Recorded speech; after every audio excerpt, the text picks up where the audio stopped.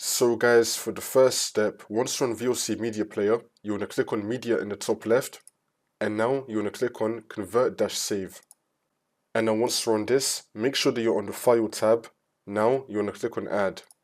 You want to find your .mov file. Here's mine on my desktop. I'm going to double click on it, which is now going to add it right here. Now you want to click on Convert-Save, and now this will come up. Now next to Profile, we're going to click on the drop down. You want to search for MP4.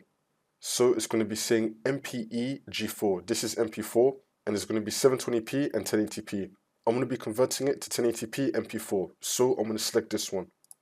And now you want to choose your destination. So I'm just going to save it to my desktop, my new MP4 file.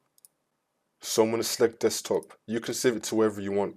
So now you just want to change the file name. I'm just going to call it Fortnite.mp4.